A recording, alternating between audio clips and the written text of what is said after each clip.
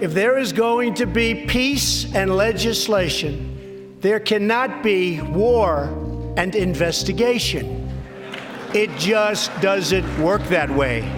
President Donald Trump's rhetoric about the Russia investigation might seem unprecedented. But over 40 years ago, President Richard Nixon used similar tactics to defend himself against Watergate.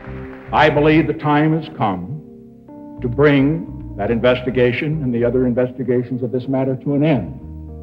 1 year of Watergate is enough. There are many differences. Trump is not Nixon, and the Russia investigation is not Watergate. But both scandals led to the departure of senior officials, dozens of criminal charges, and allegations of a cover-up. I had no prior knowledge of the Watergate break-in. Nixon, much like Trump, always relished the opportunity to publicly proclaim his innocence. I welcome this kind of examination because people have got to know whether or not their president is a crook. Well, I'm not a crook. I've earned everything I've got. When you talk about innocent, I am truly not involved in any form of collusion with Russia, believe me. That's the last thing I can think of to be involved in.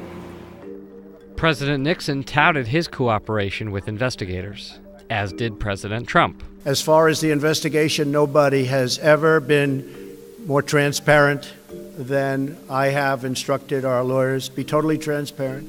I believe we've given them 1.4 million pages of documents. I have provided to the special prosecutor voluntarily a great deal of material. I believe that I have provided all the material that he needs to conclude his investigations and to proceed to prosecute the guilty and to clear the innocent. Both presidents later shifted their approach and went on the attack.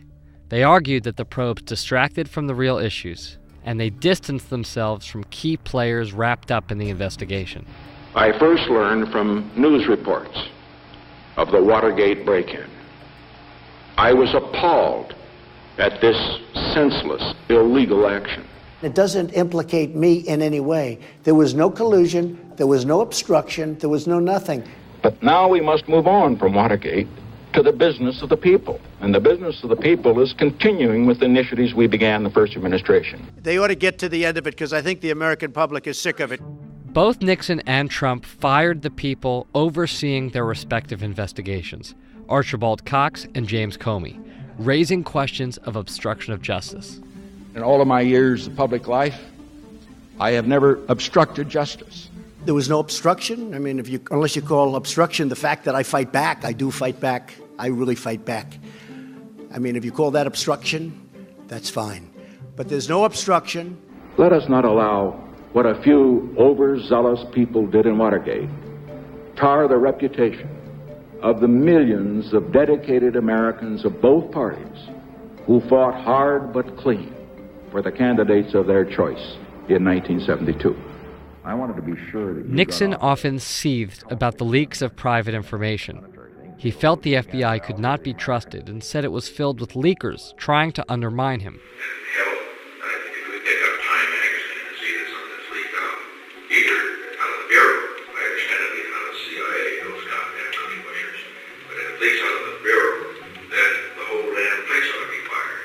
Trump also railed against the so-called deep state inside the Justice Department. Unelected deep state operatives who defy the voters to push their own secret agendas are truly a threat to democracy itself. You see, the thing is that there's a lack of discipline over there at the present time. And I believe that's part of the problem of morale. That's part of the problem of leaks. How to get to those leakers, Mr. President? We're going to find the leakers. We're going to find the leakers. They're going to pay a big price for leaking. To push back against stories he didn't like, Nixon repeatedly attacked the press. I have never heard or seen such outrageous, vicious, distorted reporting in 27 years of public life. He called out specific outlets and complained that news organizations were spending too much time on Watergate. We've had 30 minutes of this press conference. I have yet to have, for example, one question on the business of the people, which shows you how we're consumed. Every network that you see, with the exception of Fox has been fair, but every network you see, hits me on every topic, made up stories like Russia.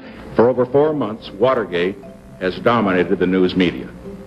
During the past 3 months, the three major networks have devoted an average of over 22 hours of television time each week to this subject.